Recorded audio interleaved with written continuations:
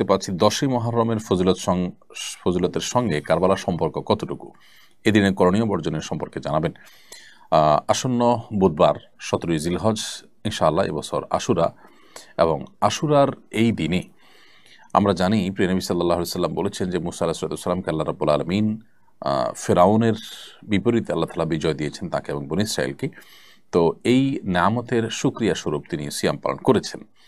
এই মুহররমের 10 তারিখ বা আশুরা মূলত মুসা আলাইহিস সালামের বিজয়ের দিন হলেও, আনন্দের দিন হলেও, এই দিনে একই দিনে নবী করিম সাল্লাল্লাহু আলাইহি ওয়াসাল্লাম প্রিয় দৌহিত্র হুসাইন রাদিয়াল্লাহু তাআলা আনহু নির্মমভাবে কারবালার প্রান্তরে শাহাদাত বরণ করেন সপরিবারে।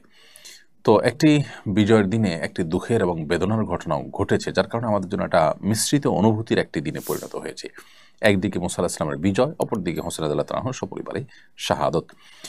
তো এই কারণে 10ই মুহররমের যে মূল তাৎপর্যের দিক, এটি মুসা আলাইহিস সালামের বিজয়ের যে দিবস, সেটি কোনোভাবে ম্লান হয়ে যাবে না বা হারিয়ে যাবে না, কারণ এটি হাদিস দ্বারায় প্রমাণিত এবং নবী সাল্লাল্লাহু আলাইহি ওয়াসাল্লাম সেটিকে আমল করেছেন, উদযাপন করেছেন সিয়াম পালন করার মাধ্যমে। অতএব কারবালা ঘটনার কারণে সেটাকে আমরা ভুলে যাওয়াটা ভুল হবে। তবে হ্যাঁ, একই দিনে কারবালার ঘটনা ঘটেছে, সেজন্য 10ই মুহররমের এই দিনটি, আসলে দিনটিতে আমাদের কারবালার ঘটনার কথাও স্মরণ হয়, হুসাইন রাদিয়াল্লাহু তাআলা শাহাদাতের কথাও স্মরণ হয়। সম্পর্কে এটুকুই যে একই দিনে কারবালা ঘটনাটিও ঘটেছে, হুসাইন রাদিয়াল্লাহু তাআলা শাহাদাতের ঘটনাও 10ই মুহররম ঘটেছে।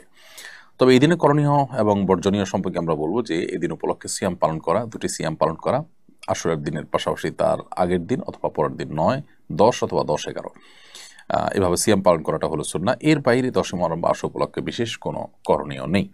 আমরা অনেকে এই দিন উপলক্ষে নানা করণীয়, নানা বর্জনীয় কথা বলি বা কী করণীয় হাদিসে আলোকে একেবারে স্পেসিফিকলি যদি আমরা বলতে চাই, তাহলে এটাই হলো এই দিনের একমাত্র করণীয় এবং বর্জনীয় এবং লক্ষণীয় বিষয়।